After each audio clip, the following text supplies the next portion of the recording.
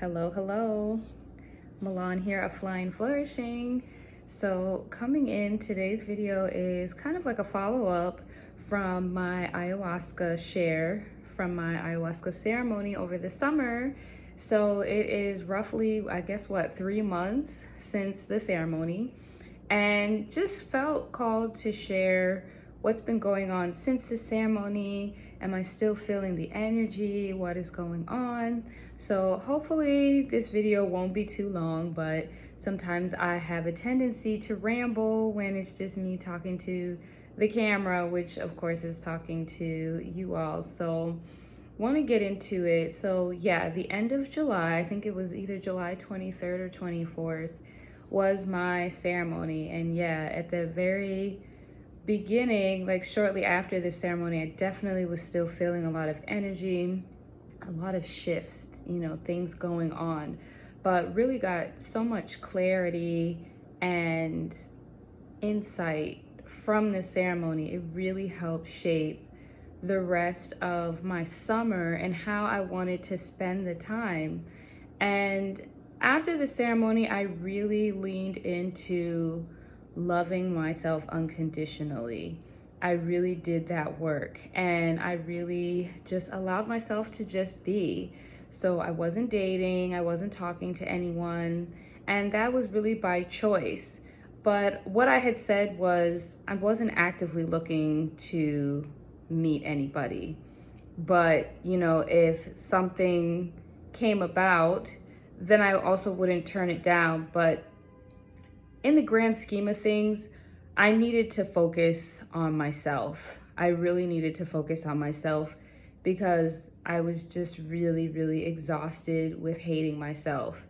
I was really exhausted with loving myself conditionally. So I leaned into that work, and a lot of that looked like through play, honestly. For me, it was about delving back into my hobbies that I used to enjoy, either as a kid or as an adult, that just over time, like life and things, I just gravitated away from. I did those things again. I went on walks. I went to the park as often as possible. There are a lot of parks. There's about 3 different parks within walking distance. Actually, no, 4.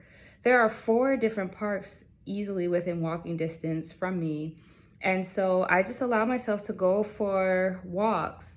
Towards the end of the summer, I was big on going to one park in particular that is by a body of water so that I could see the sunset. So I would go down there during the week after work and just walk, look at the water. Sometimes I would share with, Mama Jemaya how I was feeling, what I wanted, my intentions. Other times I would just stare at the water and just be quiet, just be still, watch the sunset. Those things were really nice. And I would say this summer, I really, really started to see for myself and be more in tune with the fact that being outside in nature is really, really necessary for me. It is necessary, it is healing, it recenters, it recalibrates, it grounds me, of course, but that it's really, really important for me and my emotional, mental, and spiritual well-being, even physical as well, that I be outside in nature. So I guess why that has been a challenge over the last almost 2 years is because when the pandemic happened, obviously, most of us were spending more time at home inside, and my work moved from being in a corporate office to working from home.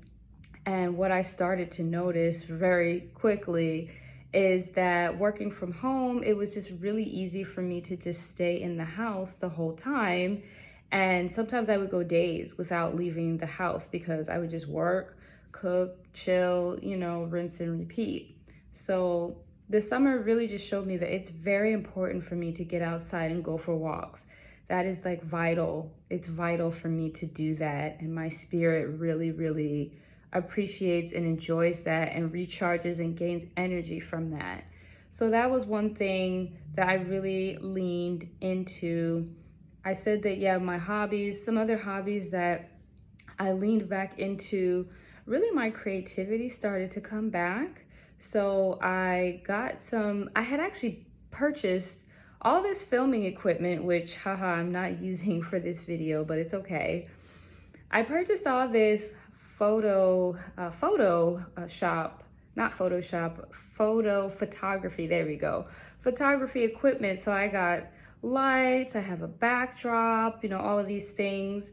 And I had fun, playing around with that. I still have a lot to learn, and really my goal is not even to be a professional or be, perfect at it. It really is a way for me to express myself and just simply have fun. I really, really realized that play is really important for me. I really love my full-time job. I enjoy the work that I do, but it can be very serious work at times. And I'm realizing that to balance that, I need to simply play. I need to have things that I do for fun, that I don't need to be perfect at, that I don't need to be great at, that I just get to do them. I just get to do them. So I decorated some sneakers. I'll actually share them with you maybe in another video. But yeah, I got back into things that I used to love to do. So one thing that I used to love to do was customize my clothing, or like my shoes, any type of thing, my accessories, all of that. So I got back into that. So yeah, I took some Converses and I like bedazzled them. I have another project that is a jean jacket that I'm actually gonna paint on the back of with fabric paint. So I really got back into that. I would also say that, yeah, I started to have more fun with just my personal expression again, even though I still really have nowhere to go. But just feeling like myself again was really vital. One of the other things that happened after the ceremony, I became more aware of when I would catch myself feeling like I needed to be something outside of myself. I also became better and more aware of when I was consciously or subconsciously telling myself that I needed to improve something. And so for me, I know that we're all always growing and expanding. Definitely know that, definitely get that. For me, a person who basically was kind of like addicted to self-improvement and, negative self-talk as motivation and inspiration to continue to be better, I needed to kind of swing the pendulum the other way to recalibrate myself. And so I used a lot of positive affirmations, and I had to just keep reminding myself that I am worthy simply because I exist. I don't have to perform. I don't have to be anything to earn it. I already have it. I already am it. So I really had to, especially at work, because I dealt with some imposter syndrome for a while. I had started a new job, back towards the end of last year. And it's an amazing opportunity. Like I said, I love the work that I do. And in the beginning, I really was dealing with imposter syndrome. I was thankful. Obviously, it really is kind of like a dream job in a sense of like doing what I feel like for me is meaningful, impactful work. So sometimes at work, I still feel like maybe I'm not this enough or maybe I'm not that enough. And so after the ceremony, I became more aware of when I was doing that, and I would stop myself in the middle of it and say, no. Obviously, if they hired you, one, they're confident that you can do the job, and two, you can do the job. You've been doing this work for over a decade. You're totally more than capable and experienced. Like, you have it. You don't have to be anything outside of yourself. So I had to do a lot of positive affirmations, but it's been helping so much. And now I am in a better place where I don't feel that I have imposter syndrome. I'm just like, this is who I am. And I'm confident that I can do this work and I'm good at what I do. So I was just reaffirming the truth, because that is the truth. I am good at what I do. I do enjoy it. I have the experience and all those things. And on top of that, I am still open to learning and growing, being a part of different projects and experiences, and continuing to learn different tips, techniques, and tools to continue to lean into this work, not because I need to improve myself, but because I like what I do and I am an eternal student. I do like learning new things and, continuing to find different cool ways to do things either more efficiently or whatever. So when I shifted that perspective, that it wasn't about improving myself, that the things that I'm doing to help me in my expansion and growth are simply because I want to do them, because I enjoy learning new things. I enjoy growing and expanding. So when I took that pressure off of myself for me, that really helped open me up. And it to the point where I ended up, doing things that I maybe never thought that I would do, because I wasn't overthinking it or talking to myself any old kind of way. I was just I'm more open now. I'm more open now, and just like, I'm open to receive. I'm open to receive whatever I'm meant to get from these experiences. I'm open to learn. I'm open to grow. So I became to a point now where I'm simply more open. Do I doubt myself sometimes still? Of course, we all do. We're human. But I'm thankful that I have the heightened self-awareness now, that I can catch myself and stop the loop much sooner than before. So that has been the biggest thing, is just reaffirming the truth about myself.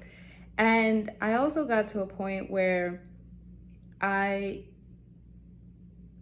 nobody's thoughts about me rattle me anymore, because that was some positive affirmation work that I did, where I really had to tell myself, listen, girl, nobody can tell your story better than you. Nobody can tell your story except for you, because no one else is you. Everybody else is looking at things from their lens, their realm of comprehension, and that has nothing to do with me. And so I just got to a place where people's opinions of me are their truths. They are not my truth. And I don't have to accept somebody else's truth. I know who I am. I know that I am a divine expression of Source energy. Source made no mistakes. Source wanted to express a certain way through me. Source is more than proud of me. Source is proud of me before my expression of it even came through. And so really reminding myself of that was pivotal. And I still do that sometimes, to just say, there's nothing wrong with you. There's nothing that needs to be fixed. There's nothing that needs to be boosted. You are good, but you continue to expose yourself to these experiences and these learnings because you want to grow.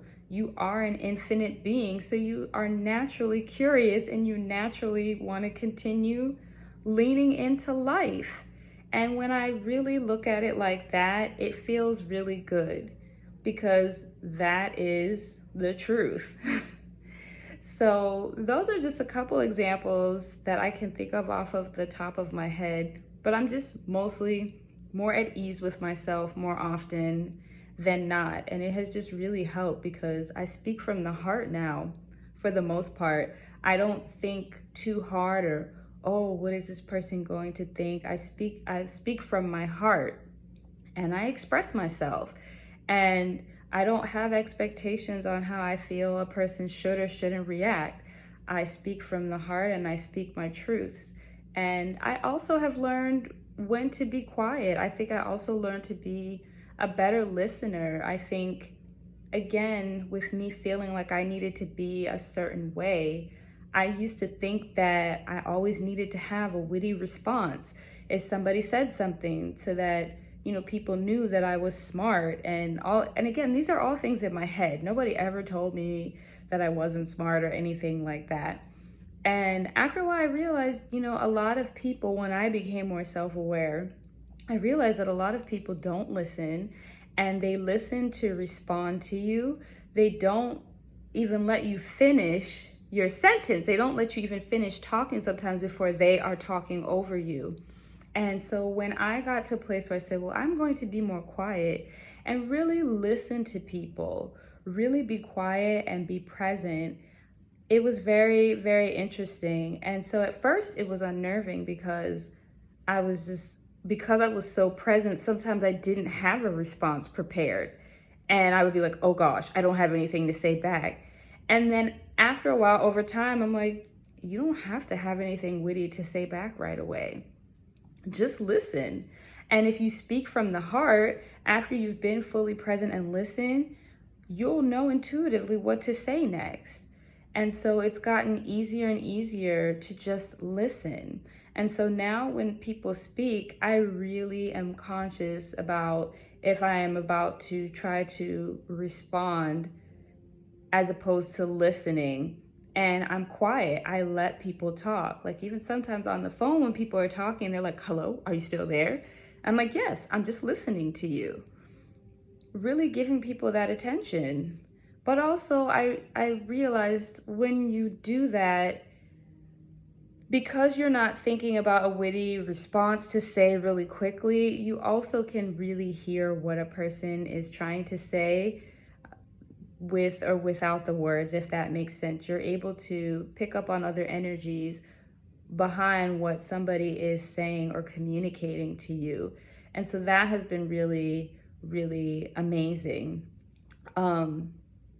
So this video is, again, getting longer than I thought, but those are some of the things, and my journey continues. I definitely have been leaning more into just myself. You know, one of the other things that showed up for me recently is that my spiritual life and my so-called normal life are not different entities. They're not segregated. They are one. Spirituality is just life. It's not my spiritual life and my normal life. It's just my life. And so that is where I'm at in my journey now, is integrating the two. So I've done some readings on myself, and a card that like has kept coming up for maybe like the past 2 months is a tarot card, the Two of Scrolls. It's an Akashic Records tarot deck. And what it means, at least how it has played out for me, is that I feel like I have to choose, like that there's two worlds. There's my spiritual life and my spiritual business, and then there's my full-time job and my normal life. And what I am really being shown as of late, and that the ceremony was a catalyst for, was they're not separate. And it's time for me to stop separating them. They are one and the same. It is just about my daily life. What am I doing to be in tune with spirit? Because spirit is everywhere. Spirit is in everything. It's in the trees, it's in the air. Like, we are life force energy. We are life force energy, like expressing through us and us, as us, in us, all those things. It's all one. So I'm in this place now where I'm just like, everything is one. Everything is God. Everything is source. So that's where I'm at. And I'm really excited because it needed to happen. I feel like I've had this message for a while and have been ignoring it, but I'm at a place now where I can't ignore it anymore, and I can't go back to how I was thinking before, or how I was doing certain things or living my life certain ways. Those chapters are done. And so that's the other thing, and I'll end on that note, that I'm really being shown is those different things that I used to do in the past, those are seasons in my life, and they're over. I have to continue moving forward. I can't go back to certain things before. I can't mourn them. I mean, I can mourn them, but I can't go back in time. What's done is done. That season was there for me. it served me for how it needed to serve me to get me to where I'm at right now. So I have to lean into the season I'm in now. Like even when it comes to my diet, there are certain things that I just can't do anymore. And I think I was resisting that and fighting that. And after a while, the message just kept coming back to me. If you keep fighting this, you're going to be fighting. You're going to be fighting the rest of your life. What are you prepared to do? That season is over. This is your season now. Lean into this. This is for you. So there are some things that I have had to release. For example, and I am going to get an allergy test or allergy food sensitivity testing, but I really think that gluten, I just can't really partake in anymore. And I was resisting that, and I just kept getting bloated and just feeling bad. And it was like there was a part of me resisting because I don't like the fact that I felt like I had to give it up because that felt restrictive. But it's just like the season that I'm in right now, it doesn't agree with me. It may never agree with me for the rest of my life or where I'm at right now. Maybe I do need to put it to the side, So things like that, I'm done fighting because it's tiring. You use a lot more energy fighting than you do allowing. And I'm really learning that as well, to just allow life to be. I'm in a place where I can manifest what I want. But what I've been shown, and I know I said that was the last thing, but I want to share this too. What I've been shown is that I'm moving beyond a place of force manifesting things. So I know how to manifest. I know what I need to do. Write it down, feel good about it, think about it often, lean into it, act as if you already have it. It will manifest. It will. But what happens where I'm at now is that I can manifest those things, but I'm starting to see that some of them were not really, I guess, what the divine had in mind for me. But because I am of the divine, I have the power to do these things. So I'm at a place now where it is like, I'm in a place of allowing. It's not about force manifesting outcomes. Now it's about manifestation, but trusting the outcome, trusting what is for me, honestly. I can manifest a new car if I want a new car. Or I can say, I'll say I can manifest a specific car if I want a specific car. I can manifest very specific things. But I'm at a place now where I am in a space of allowing and saying, okay, I want to manifest X, Y, and Z. I want these things, but I am not so stuck and rooted in what it exactly is. So with the car example, I may say, I want a new car. Whereas before I would be like, this is the car I want, and I would manifest it. But now I'm in a place where I want a new car and I'm open to what the divine, how source wants to manifest it for me. I trust that whatever car is being manifested is the one that is meant for me. It's going to be what I want. It's going to be what I need, and it's going to come in the perfect timing. I'm in the place where I'm not as specific all the time. And it feels good to trust that source, God, has my back and is not going to give me anything janky. Because for me, my being well at manifesting was, again, a way of trying to control the outcome. Because I know the manifestation formula, then I know I'm guaranteed that I am going to get what I want. But I'm just in a space now where I completely trust, and I'm leaning on source more to take care of everything, and really recognizing that source is the source of everything. Source is the source of all money. Source is the source of all cars. Source is the source of all opportunities. So, instead of trying to force manifest things, why don't I just line up with source and get something that's even far greater than what my mind can even conceive. So I'm going to stop there, but it really has been a catalyst and a support along my journey. I won't even say my spiritual journey because it's all one. It's been a beautiful catalyst for growth and expansion along my journey, period.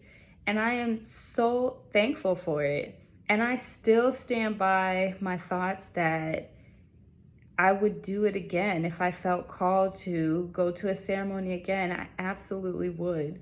This was life-changing for me in so many beautiful ways, and I'm so thankful for what it showed me during the ceremony and how it has impacted my outlook on life, on myself, and helped me along my journey as I continue living.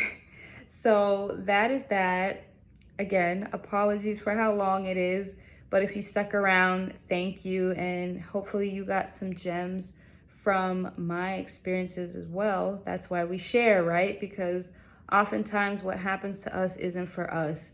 It's just as much for us as it is for others. So I send you off in love and light. Give thanks and be well. Until the next video, guys, stay fly and stay flourishing.